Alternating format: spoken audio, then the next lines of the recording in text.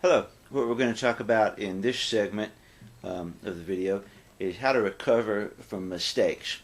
And everybody has this problem. You kind of don't know a song, you kind of know a song, and you're playing along, and especially if you have a memorized version, you're playing along, and suddenly you forget where you're at, you get lost, and you crash and burn. And how do you recover from those things? Well, here's a technique that I used, and I used quite a bit when I was first playing, and I still use it when I'm learning a new song or when I'm trying to work out variations on a tune or something like that. And that's the technique of practicing crashing and burning. And what you do, basically, is you get yourself either a recorder, or I'm using a loop station here. This is a here's a Boss 20 RC20 XL loop station, and it's plugged into my little line 6 bass amplifier over here. I've already recorded the rhythm that I'm going to use, and we're going to use Salt Creek again because it's a common song, and it's got just a little bit of a quirkier chord progression that will throw people off sometimes. But I've already recorded the backup on here. And what it's going to do is it's going to play backup for me all over and over and over and over until I tell it to quit. And you can do the same thing by just recording backup. The trouble with that, though, is that if you want to play the song 10 times, then you're going to have to play the rhythm 10 times. And it's hard to keep track of where you are when you're doing that. But anyway, I really like these loop stations. They're really useful for this kind of thing. And you'll see it in action here in just a second. So basically what I'm going to do at first is I'm going to assume that you know the song a little bit, and then what we're going to do is we're going to play through it and play about four bars or 4 beats, and then I'm going to switch to rhythm. And I'm going to illustrate that once or twice, and then I'm going to stop and talk about some other techniques. So here's a loop station. I'm going to turn it on, and it has a click track on it, and I recorded rhythm guitar, and I recorded bass on it. So here's what the looper sounds like. Here's the click track. I can turn that click track up or down wherever I want it. And when I'm practicing a solo like this, I like to have the click track on there. In this case, it's acting kind of like a metronome. It's hitting on the offbeat, and I've got the bass and the guitar going. And I don't want the rhythm too loud because I don't want to fight over it. But here we go. I'll give you an example of what we could do here. Okay, the first thing to do is get the song in your head. Do da da do da da do da do da da da da da da da da da da da da da da do da da do da da da da da da da da do da da do da da do da da do da da do. 1, 2, 3, 4. 1, 2, 3, 4. Okay. You do that and count with it just for a minute to make sure you've got the beat. Make sure that you can keep the beat with it and just keep a good rhythm in your head outside of the guitar. And too many times you start playing on the guitar, you don't really have that rhythm internalized yet. And practice or sing your rhythm and your lead against it too. This is what I was talking about when I talk about with metronomes too, but it works in this situation. You can also do something like this. Watch again. 4, 7, 7, 7, 5, 1, 1, 1, 4, 1, 1, 5, 1, 1, 1, 1, 4, 7, 7, 7, 5, 1, 1, 1, 4, 1, 1, 5, 1, 1, 1, 1, 1, 7, 7, 7, 7, 1, 1, 1, 7, 7, 5, 1. Okay, what I'm doing there is I'm vocally doing the chord progression just to make sure I have the chord progression down. 1, 1, 4, 7, 5, 1, 4, 1, 5, 1. Okay, all of this stuff is just getting me warmed up on this song. Now I know Salt Creek pretty well. I've played it for 30 years or so.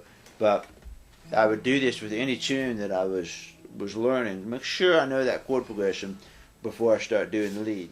All right. So here's how I might practice. Once I've got this down, and once you really have it down and you're sure you have it down, then you go on to the next step. And here we go.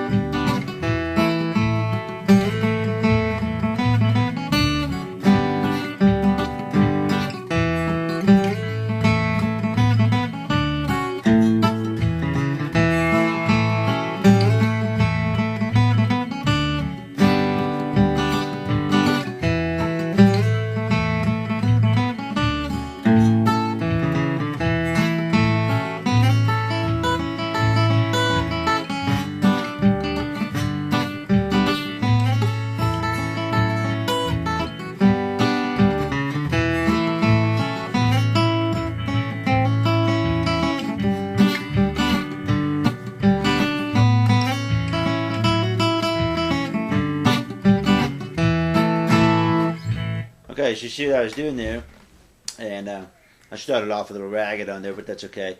What I was doing is I was just playing a phrase of the song, and then I would play a phrase of the rhythm, play a phrase of the song, play a phrase of the rhythm, back and forth, and back and forth, and back and forth. And I do this several times. I do keep it short for the recording, but you know, I might do that for 10 or 15 minutes, back and forth, and I would vary which phrases I play rhythm and which phrases I play lead, and just go back and forth on that until I'm really confident at the song. All right, and once you've got that, and once you're confident of that you can jump in at the right place and jump out at the right place, then try doing something like this. Try playing a phrase of the melody, and then try playing a phrase of something that's just free form, a string of licks. So Salt Creek, for instance, goes 1. Now when I get to the 7 and the 5, I'm just going to forget the melody and I'm just going to play a lick. And what this will do is it will help me to think on my feet, it will help me to recover from the crashes, and it will help me to keep playing when I mess up. So the other time we were playing lead and then we would go to the rhythm. The purpose of that was to teach us where we are in the song, to make sure that we always know where we are in the song. And it teaches us to leave the lead and go do something else in a simpler manner. You could even just play 4 beats and stop. You know, you could play 4 beats and you could stop and you could just listen to the rhythm and then come back in. The important thing is that you can stop and come back in, stop and come back in, and do it accurately and do it at will. Okay? So once you have that concept down and that skill down, then go to the next step, which is this step, and that is to play the phrase of the lead, of the melody, and then jump out of it and go to something else.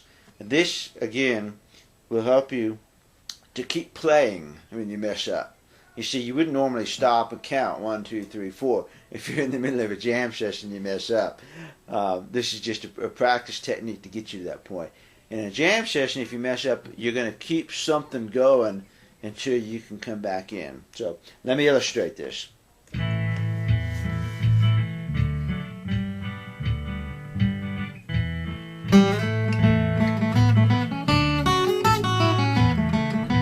Here we go. Melody.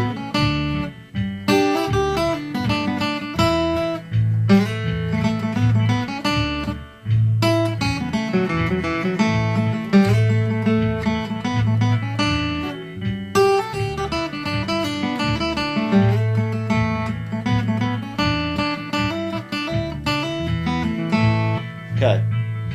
Now you see there, I took something, and it didn't have to be a complicated lick. I did something really simple that last time. I went like this.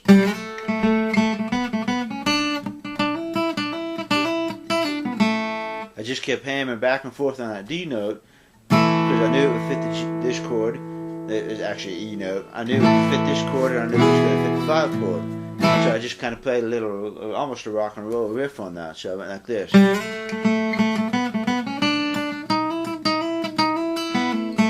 You see, I played something real simple. The other time I stopped and I played I let a beat go by, and then I played a kind of a syncopated lick that didn't have much to do with the melody, but it fit the chord. I think I went like this.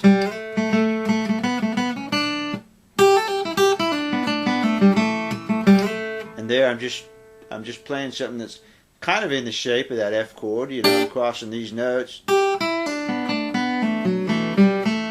like that. I'm just playing a lick, and I'm just listening to it, and I see what I think of that. How does that sound? It's something that I can use in an improvisation, and again, it's something I can use when I mess up. I can just play something. So let me give you some. Let me play this a little bit more. Give you some more ideas on this.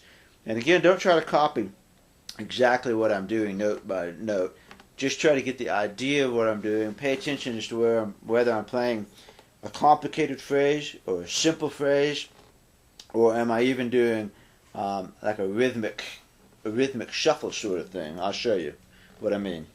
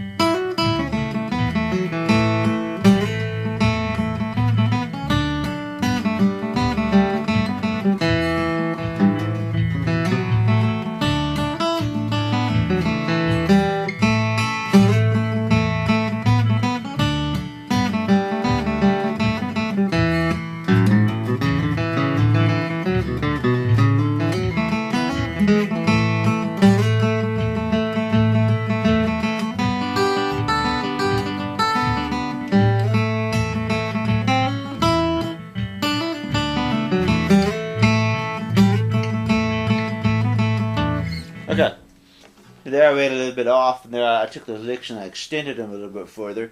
But you could see, I think you could see, how I would take a little phrase and improvise on it, and then get back to the melody again, and then see what I could do. And I made a little mistake there, but that's okay, because you're trying to see what might sound good or what your fingers might want to do. That's a lot of doing this, is finding out for yourself what it is that your fingers will do. There's certain things that my fingers will do, and other people's fingers don't do that, and I can't do things that they do. It doesn't really make it harder or easier or anything like that. It's what you can do. And you can make it pretty simple, like I just, I went like this. Okay? And another thing here is I have this tempo set pretty slow, and it's a little bit too slow for me to really, to get moving on. And I have to be real careful not to rush it, because I want to go just a little bit faster here. But this is good practice for me to slow that tempo down. And you just set the tempo to wherever it is that you most comfortably think about. So Salt Creek is a tune here that, again, I know really well. And it's going a little too slow for my mind right now. If you're learning this song, if I'm learning a song, I'm going to go with the slower tempo here. And, again, this is something that I should be practicing, is playing a little bit slower here. But I think you can see the idea here of what it is. What you should be trying to do here is to play part of the melody and then leave the melody, and then come back to the melody and leave the melody, and come back to the melody and leave the melody, and do that with different parts of the song, and just keep going on this thing. And don't be afraid to try out notes.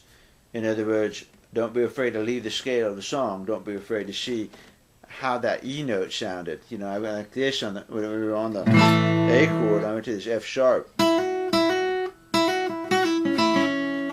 I wanted to see how that might sound on that. I thought I might be able to do something like this.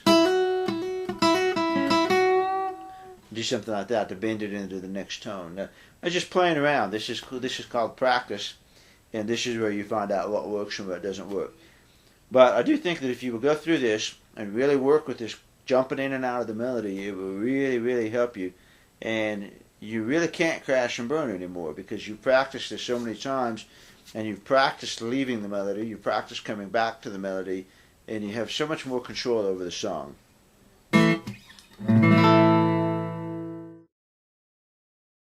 Okay, and one other thing that you might try, I did it on that song a little bit, and that was not necessarily playing a melody so much, but I went for a rhythmic sort of variation.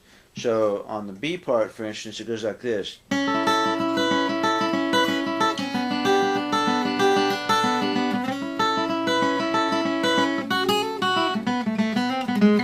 And in one variation, I went like this.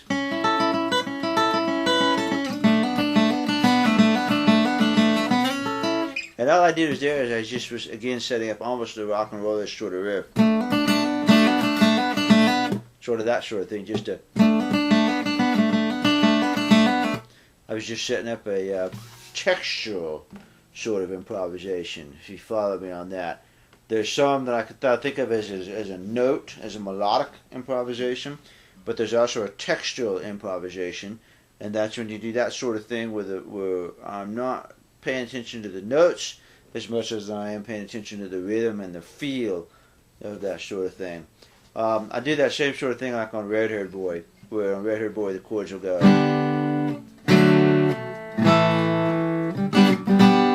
And sometimes for a rhythm or even a lead, I will come up here and I'll make a little bar chord like this, and I'll go. And I'm intentionally slapping these strings to get that sort of shuffle sort of feel.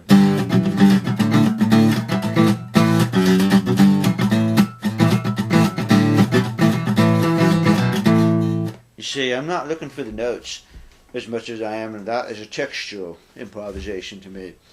So on Red Haired Boy, for instance, I will do something like that, a textural variation on the high strings. The melody goes like this. And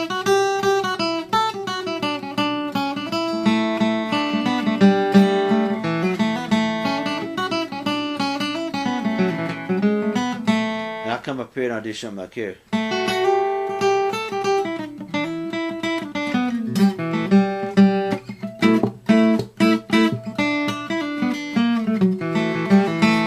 This part here is what I, in my mind, think of as a textural variation. I've got an F chord here, just a little 2-note power chord, and I slide it. And there it makes the 4 chord, so.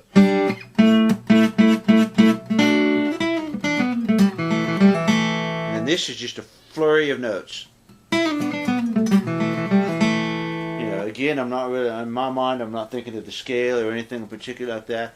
What I'm thinking of in my mind is I've done this textural thing, and now I want a flurry of notes to come out of it. So,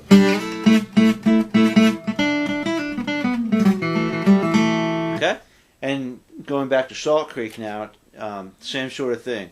You could take this.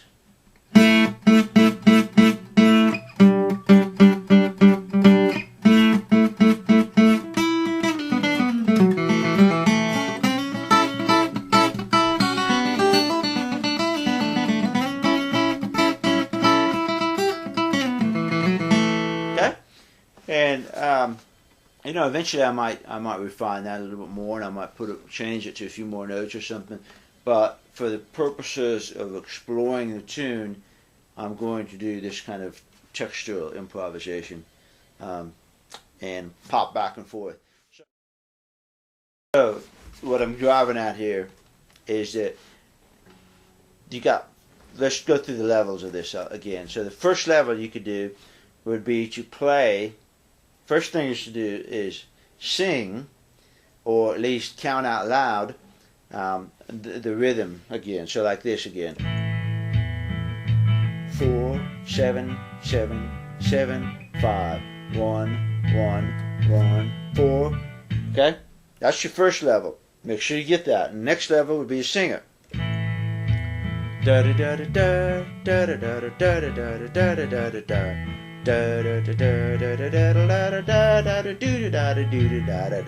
da da. Okay? That's the singing it. Then get your guitar and play some of the melody.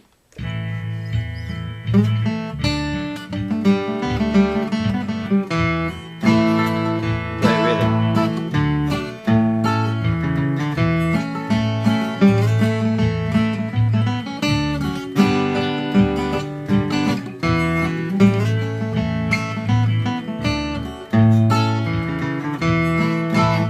Okay, that's the next level. Okay, then the next level after that would be to play some of the melody and then play a lick.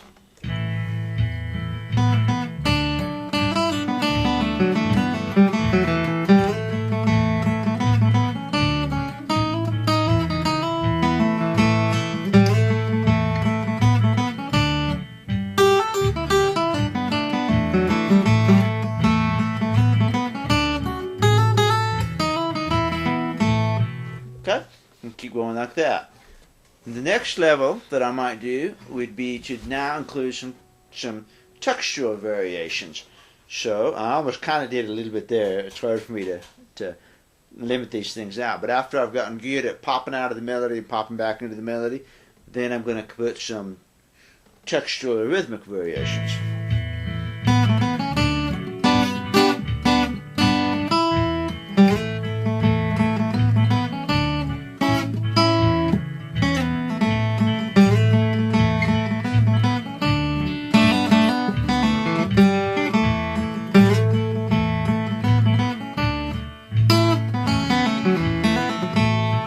Okay, and you see what I was doing there is I was looking for some snap and punch.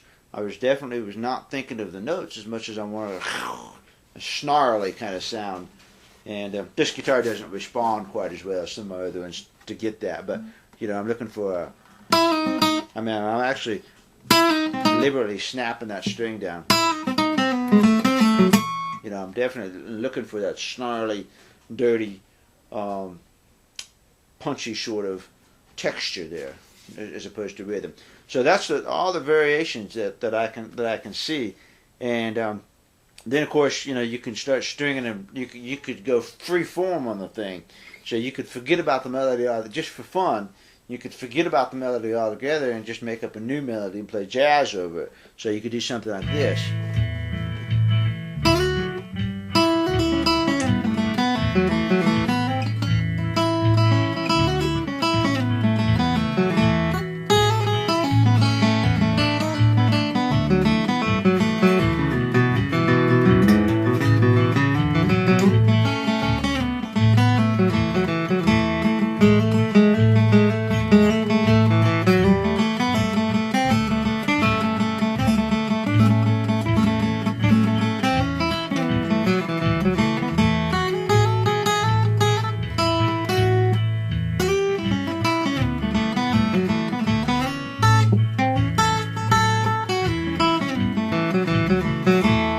Okay, there's a case. You know, I'm just blowing over the chord changes to see what I could do, and that might be good for your 5th or 6th break or something on the song.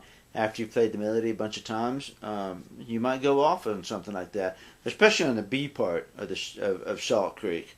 There's not a whole awful lot of melody right there, and you might decide to just take off on that, and especially if you were to take off for a B part and then come back to the melody again on the last part of it. That's a perfectly acceptable sort of improvisation, and you're going to practice that. You see, that's what practice time for me is I sit here with my loop station and I play with these things and I see what kind of things I can do, what kind of things sound good, what kind of things don't sound good. If it doesn't sound good, I don't want to do it again unless I deliberately want that sound for some reason or other.